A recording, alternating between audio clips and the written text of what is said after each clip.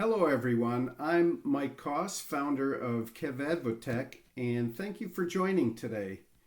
We're very pleased and excited to be speaking with Scott Lien, who is co founder and CEO of GrandPad. Just recently, we published an article on our blog about GrandPad.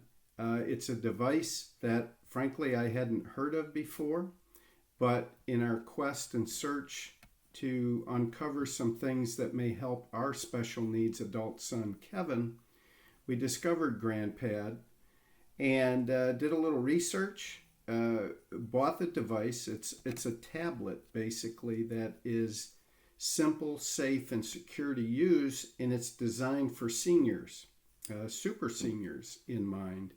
And we think it has great applicability for others in other age group categories with special needs. So today we're here with Scott, and we're going to learn a little bit more about GrandPad. Scott, thank you for joining. I'm thrilled to be here today, and that Mike and I are going to be able to have a little talk about GrandPad and the benefit it can have on people's lives. So, Mike, I'd love to have you introduce yourself and tell us a little bit about you. Scott, thank you much, and appreciate you having me today. I'm excited about being here. My backstory I want to briefly share is I've been in the information technology business for 40, going on 40 years, or a little over 40 years, I should say. But along the way, halfway through my career, my son Kevin, our son Kevin, who's now age 36, Kevin had a traumatic brain injury, suffered a traumatic brain injury at the age of 15. So that's, 21 years ago now. And certainly our life, our family life, and certainly Kevin's changed forever. And we've had a lot to deal with, just like anyone with a loved one with special needs has to deal with. We had a lot of challenges, learned a lot of things the hard way, didn't know where to go for information, help, support. And as we dealt with this over the years, as I turned my 40th year in the IT business last year, I knew I wanted to do something else when I retired. And I thought long and hard about it. The easy part was I wanted to do something that gave back to the special needs community. I wanted to do something that involved our son, Kevin. And I also wanted to do something that I could learn, a little selfishly speaking. Just running hard, as you know, Scott, in a career, you get so absorbed in the limited amounts of time you have, right? And I knew I was missing some things on special needs and could learn more that could benefit Kevin. So I formed a company called KevAdvoTech. And it's a little wordy, but there is some madness behind it. First and foremost, I wanted to name the company after our son, Kevin. So hence Kev and KevAdvoTech. And then I thought even longer about it. And I said, you know what? I've been in technology now 40 years, and I love technology, fascinated with it. I know a lot of folks in Fortune 1000 companies. I spent my whole career there serving customers. So I wanted to kind of combine the two. So we formed KevAdvoTech recently. It's evolving. Initially, we're going to be a bit of an information hub, or at least we hope to be. We want to share what we've learned along the way, caring for Kevin. I want to hear from, we're hoping to hear from our audience that we're building on what their needs are and how they conquered some of their unique challenges for their loved ones. And so that's the initial business plan. Along the way, what we're really hoping to do on the technology side is learn more about available technologies today and take a peek into some of the things coming down the pike in the future, right? Because we all see, hear, and read and live through things now. We hear about artificial intelligence a lot, robotics, Internet of Things, right? They put a sensor on everything. They're putting it, of course, on vehicles and everything else. So I want to, what we really want to do here is explore the art of the possible. What's possible?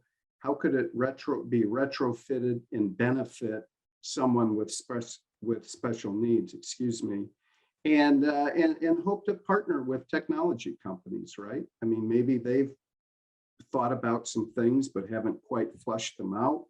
Maybe they have a product today. How do they make it better? And I hope we can work with some of those companies. And very early on, just a couple of weeks ago, as a matter of fact, as I announced our launch, finally, one of my longtime colleagues and friends jumped in on Facebook and she said, "Hey, Mike, congrats. That's awesome. And oh, by the way, my senior sister, she has a GrandPad now, and it's been a game changer for her." And I'm like, okay, what is a GrandPad? I mean, where have I been, right? So I quickly did some research, was fascinated by your product and solution. And, we'll talk about this shortly here, but I went out, purchased the product already, and we're getting this thing set up as we speak with my son, Kevin, to hopefully use. And he's already gotten some benefit out of it, and us as well. I mean, I think this is the answer to simplify his telephone conversations, right? Because the iPhone that he has is too complicated, the iPad the same, and it's frustrating for me. I'm not the best of teachers at times, right? So for me to try to be patient enough to teach Kevin some of this is a bit challenging. So I really think this is going to, hopefully be our answer here. He's already playing a few of the games. His brother is sending him photos, of his little nieces and nephews. So we're just getting started here, Scott. So anyway, that's our backstory. And I'd love to ask you a few questions here and kind of turn this around, spin this back. Awesome. Thanks for sharing that with me, Mike. I'm glad that we've been helpful so far, and I really look forward to this conversation. So, my story in a nutshell here and why we started GrandPad, it was really a little over 8 years ago when my son, who was in college at the time, freshman in college, we started to see my mom, who was 80 at the time, struggling with trying to use standard technology, smartphones, tablets, computers. My mom was a brilliant lady. She ran her own business, and all the nuances of standard technology that was designed by 30-year-olds for 30-year-olds frustrated her, and it made her feel stupid that she couldn't figure things out. But she was very busy, and she didn't want to waste her time trying to, run a virus checker on her computer. And what that meant was, because my mom lived in Iowa and me and my family lived in California, we were increasingly disconnected as a family. Because if you think about it, 20 years ago, we all used to take pictures on a standard camera. We'd print them out. We'd send a little brag book to grandma, right? Well, about 15 years ago, when the iPhone really took off, we all gradually slowly stopped doing that. Honestly, I can't remember the last time now that I've printed out a picture and sent it to someone, because we have everything in our family on GrandPad, and all the super seniors in my life, they see those pictures immediately. So if the grandkids go outside and build a snowman, grandma sees it right away. If Johnny wins the baseball game, grandma sees it, can see the video real time and be part of that moment. That before GrandPad, that wasn't happening. And so our family was getting more disconnected. Further, my mother suffered from severe hearing loss. Like 50% of this age group, the group we lovingly call super seniors, those over the age of 75, half of that age group has serious hearing loss. They can't hear standard landlines or cell phones. It's too difficult. So, communications are strained or stretched. What we discovered is video call, like you and I are doing, and you'll see I'm quite verbal with my hands. I got that from working with my mom, is we can all kind of supplement the audio with our hand motion. My mom could see when I'm speaking and she could read lips a little bit. And with GrandPad, it has front-facing speakers that are very clear. You and I are using a high fidelity. This is a high fidelity call because we're using broadband. We all know landlines and cell phones, they slice that call down so that only about 20% of the full spectrum of the audio is getting through. You and I are getting 100%. Yep. So we realized there had to be a better way. My son, again, was a freshman in college. He was actually the one that pushed me. He said, Dad, and my son invented or created his first iPhone app when he was 13. So he's a product designer as well. So we put our heads together and started looking at this space and said, wow, I think we can create something. And I think there's a huge opportunity. It's not just my mom or my mother-in-law. There's literally millions of super seniors. We believe there's 32 million super seniors in the US right now who need GrandPad.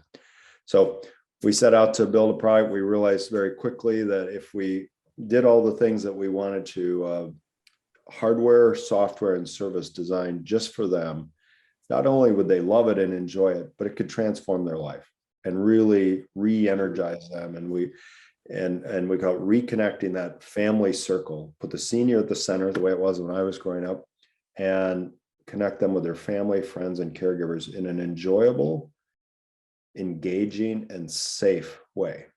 Okay. And the safe part is especially important for this age group and those with special needs, because sadly, those are the two groups that are preyed upon by the bad guys. The bad guys attack the most vulnerable. And the amount of fraud and scams and theft against these groups it was horrible before COVID. It's catastrophic now. And so you need to be able to create a safe walled garden around those people that allows them to safely and easily communicate with their circle of trust, but it keeps the bad guys out. And that's what we set out to do. And 8 years ago, and now we've reached more than 1.3 million people, seniors, families, and caregivers in 120 countries. That's amazing, Scott. And as you were talking, especially your mention of safety and security, right? That was the other thing that really popped out at me. What I love about this is it's a closed network, right? It's your family, your circle of trust that's only allowed to use it. There's no pop-ups and all those other malware kind of things. So no, that's fantastic. And boy, I can imagine your business really became even more interesting in 2020 once the pandemic hit. So that's great to hear. Now, thank you for that backdrop. So, there's one thing that really sticks out as I had the experience the last 2 weeks as we were onboarding GrandPad. And, I mentioned I've been in the IT business 40 years. We always refer to customer support, right, as a key thing and a big thing. And then we all thought long and hard about it, as I think you can attest to. It's really not just about customer support. We got smarter over the years as companies. And so, you know what, it's really more about engagement in the whole customer experience from pre-sales to post-sales, right? And I have to say, you guys, as far as I could tell, you really have it right. Starting with, I've called your help desk twice and got a live person. I don't remember the last time I've called any technology related company or any kind of service and got a live human. That was refreshing. And then, just the whole experience of, I got a phone call from one of your member experience reps 2 days before the GrandPad showed up. And they said, hey, there's some things we can do together and pre-config this thing and get it set up. So once it's out of the box, you're up and running. And I thought that was fascinating, and we did. We set things up ahead of time, and so I'm curious. Being an IT guy that's struggled over the years with making sure our customers receive the best service possible. How have you guys pulled this off, and what were some of your, what was the learning curve that you went through? Yeah, well, first, the fact that you've gotten a live human being every time you've called us. The reason is we don't own a VRU, one of these voice response units or chat bots or anything. We don't have one. And as long as I'm in charge, we never will. We answer the phone 90% of the time within 15 seconds. There's a few times that it takes slightly longer than 15 seconds, but not very often, very rarely. So a human being will always answer the phone within 15 seconds, 24 hours a day, 7 days a week, 365 days a year. How did you guys, and I'm sorry, I'm kind of cutting you off a little bit. So curious, how did you evolve to that over time, or is that something that you thought would be a great and unique differentiator for you guys? Yeah, it's always been the core, and we've been 24 by 7 by 365 for the last 2-3 years. Again, COVID accelerated some of these things. Yep. And we're global. We have staff in the US and in Ireland. But our staff is the majority are US based, and that's important, not just time zones, but they also need local understanding, cultural understanding. So when you call, you're going to speak to someone who you can understand, and that they understand cultural. So if you say, hey, I'm looking for a video of the Minnesota Vikings, you know cultural, that's the football team. So we always knew it was important. We've just really expanded our capabilities over the 8 years now. And how did we get there? Well, again, it's always great to have a strong mission-driven purpose, and it was pretty simple. It's like, well, what would I want for my mom? And knowing that I would see my mom frustrated. She's trying to call her insurance company or doctor, and she'd be pressing 1 for this and 2 for this and 13, and then they need your customer number. And I would see her get frustrated. And again, because of her hearing issues, she couldn't hear them, and they couldn't hear and understand. And it was affecting, her health and other things. So I'm like, I want a human being to answer the phone who's polite and courteous and knowledgeable and who can help my mom. And so that's what's always driven us. Now, and here's the thing is, in my prior work experiences, I ran huge call centers for big Fortune 50 companies. We studied this, and we actually determined that the best, cheapest way, when you look at the whole customer experience, is have a human being answer the phone and own the issue. Because if you, and our number one priority, GrandPad's number one priority as a company, is delight every customer every day. If we do that, they're going to be happy. They're going to stay with us. We're a subscription-based service, so we want them to love the service and stay with us as long as it makes sense. And we want them to tell others. So we do a great job. That referral word of mouth is literally priceless for us. And,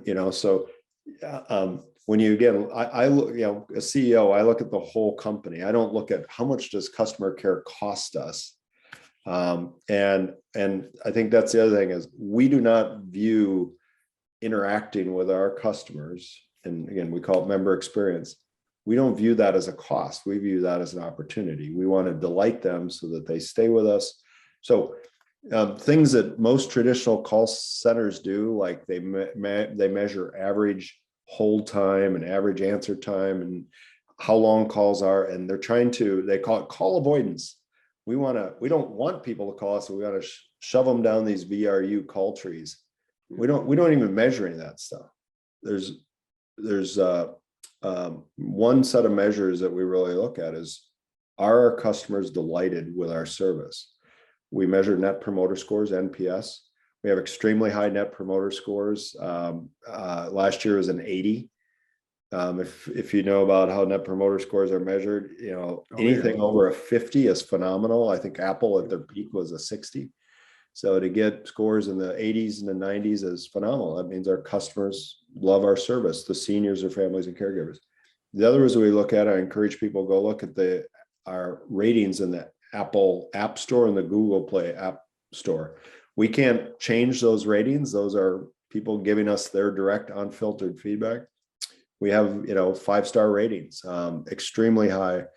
And if you look at, any type of competing products out there, they're not good. Sadly, there's not very many good products for these communities. So that's how we do it. We've got some, I think pretty unique ways in terms of the people, process, and technology we use. Obviously, taking thousands and thousands of calls 24 hours a day from all over the world is a lot, but we've cracked the code and we think it's really important. That's fascinating, and I can really appreciate what you guys have built there, because I think we'd all agree it's the way you're supported throughout the whole experience is key to keeping that subscription, right? Key to maintaining that customer. So I think you guys got it right. And like I said, my short couple of weeks with GrandPad, it's been very impressive.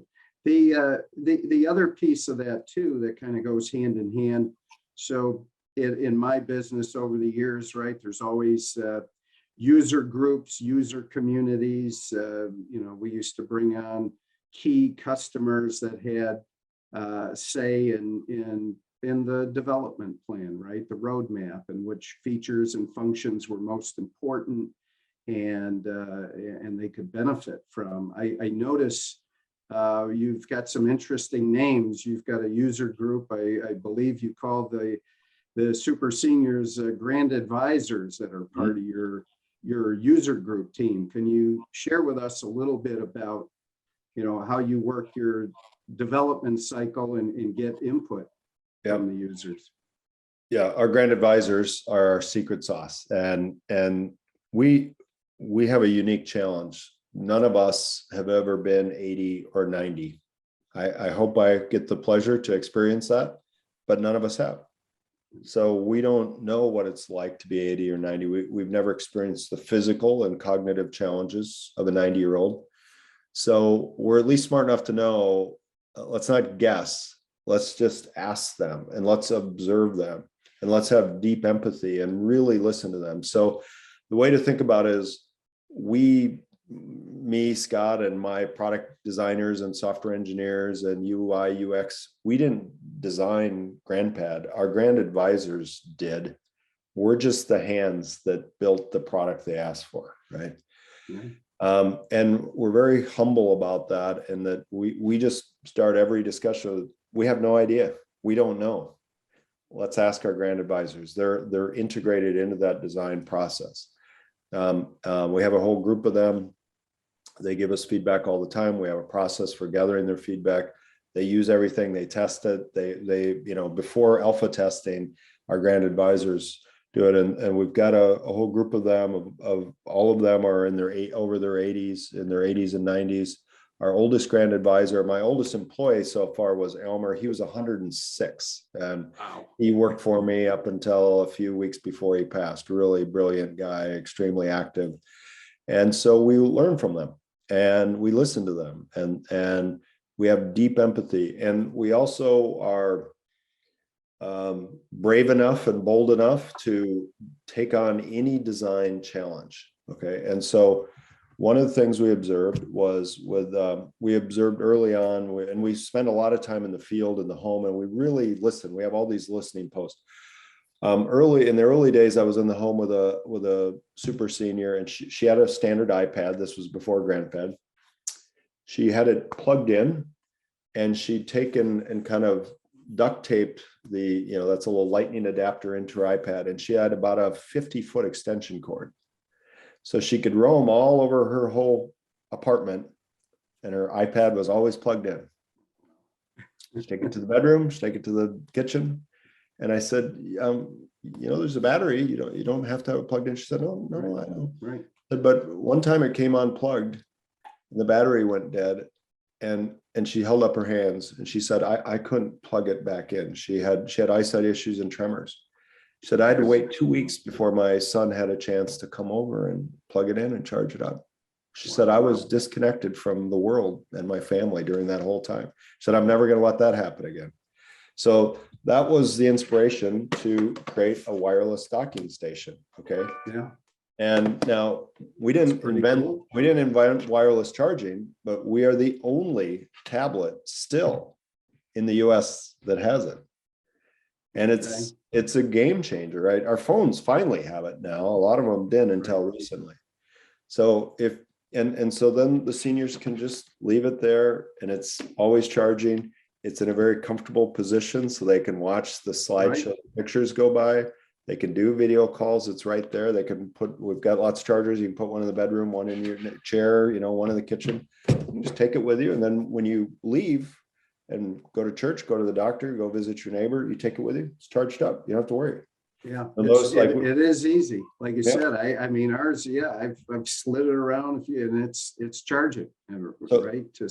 So that's an example of learning from our grant advisors. I'll tell you one other story because we've met some amazing people. We're very fortunate that our users, customers are such neat, wonderful people.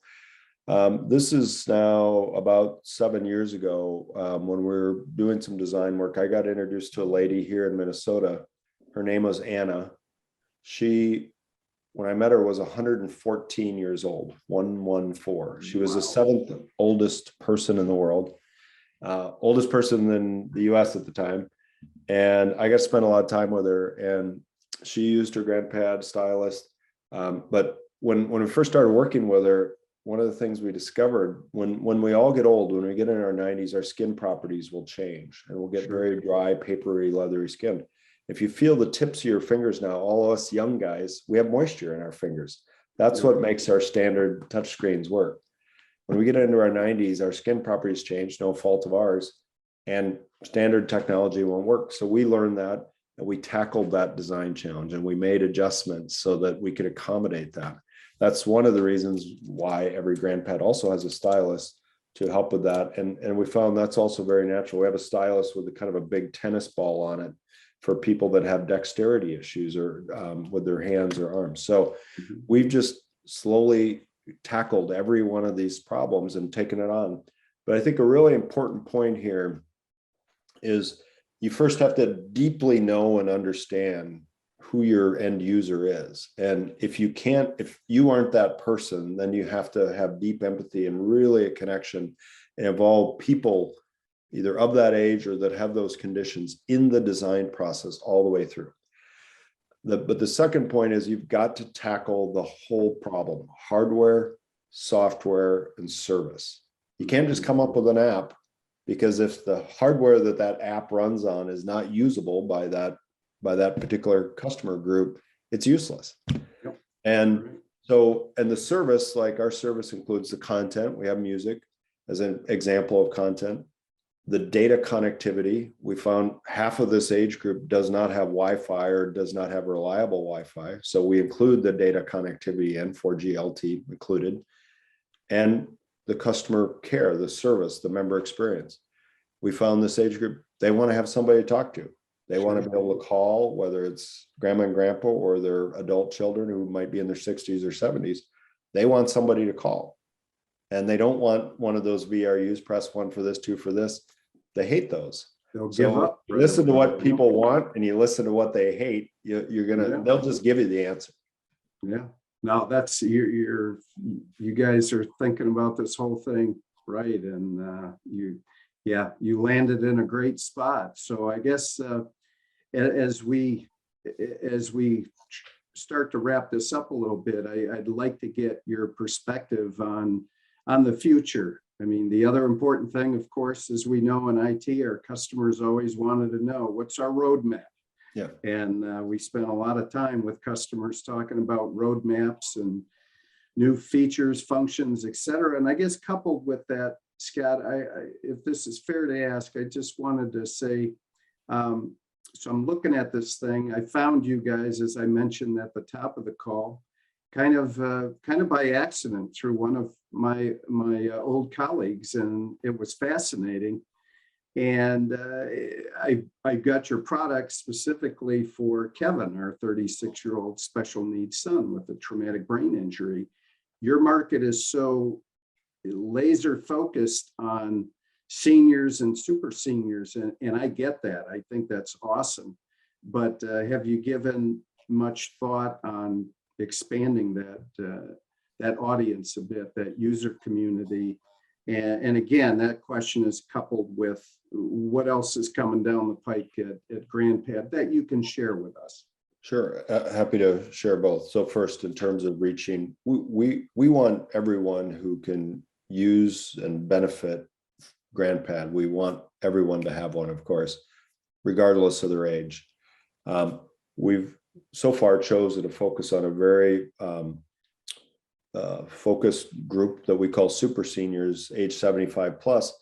But honestly, what we're really doing is people that exhibit the physical and cognitive capabilities of a typical 75-year-old. And those might be hearing issues, eyesight issues, dexterity issues. You know, I mentioned tremors. It could be cognitive impairments. So anyone that can benefit, we've made it widely available. It's on our website. I think to your point, we're doing more now to make sure people are aware of it and how it could help them. You're the first to hear this because it's launching tonight at midnight. We will be available on Amazon also, so you'll be able to go and buy GrandPad and the subscription on Amazon starting tomorrow. Nice. And we've got a number of other places so that wherever you like to shop and buy, you're able to get GrandPad. The other part of that are we thinking about other specific, you know, age groups or people with special needs.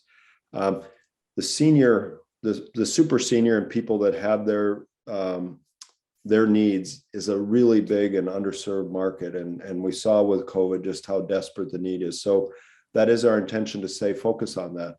But that said, we continue to add more and more capabilities, and everything is highly configurable. Okay.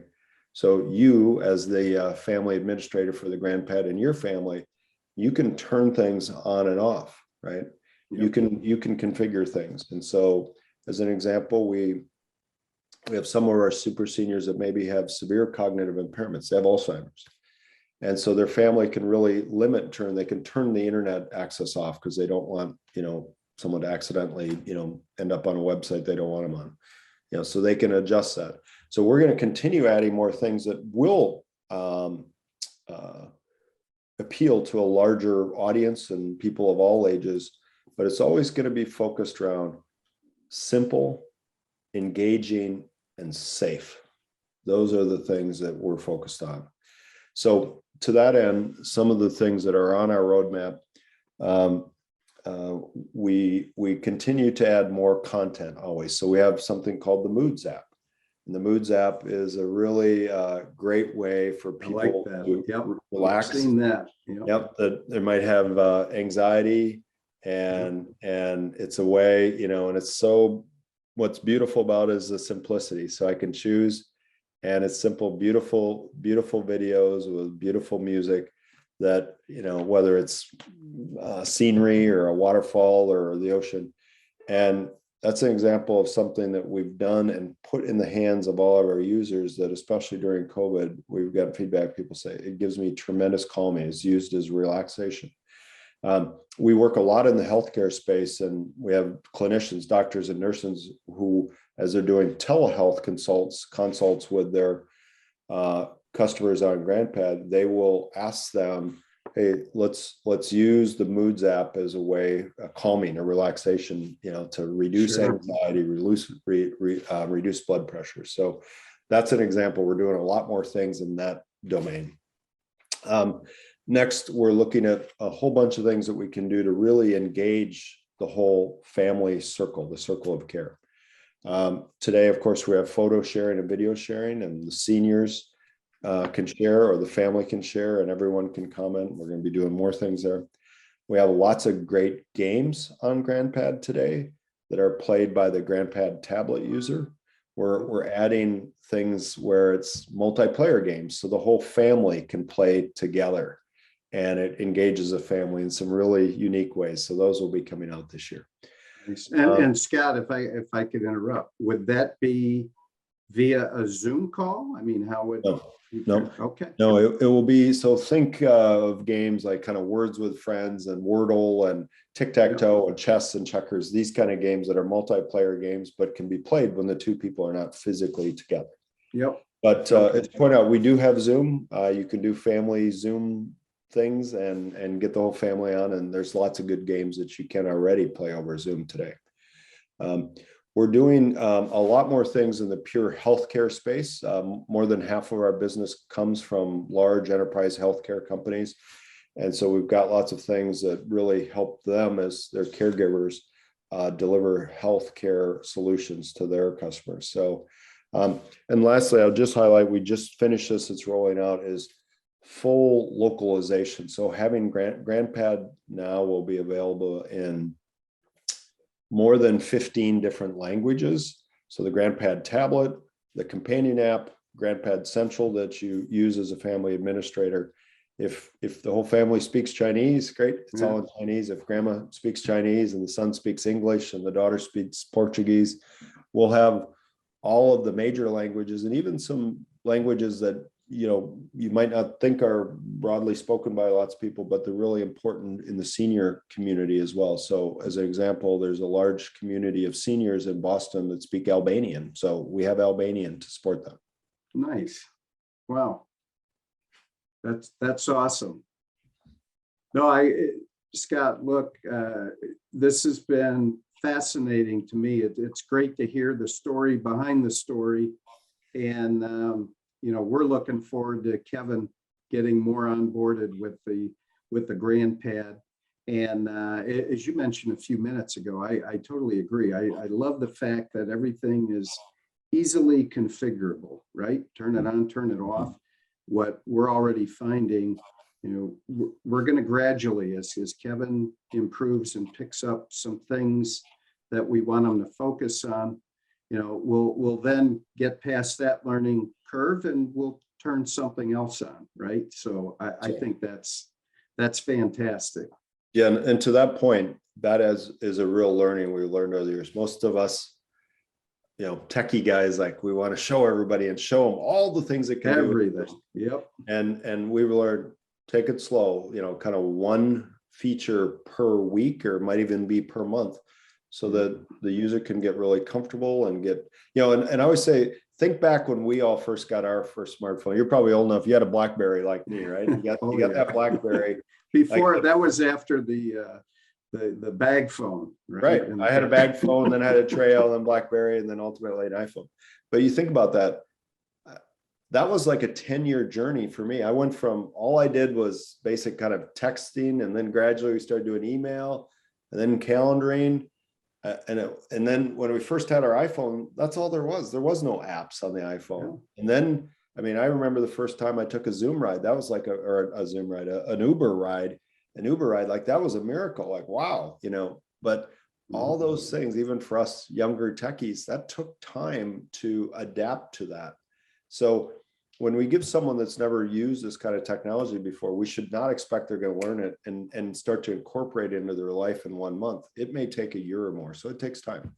Yeah, no, I agree. And again, I think, for our son, Kevin, it's, the other devices, frankly, over the years have just been too complicated, and too complicated for my wife, Ruth, and I to be patient enough to teach. So, Scott, I want to thank you for spending time with us here today, and I encourage our audience to visit GrandPad, grandpad.net, correct?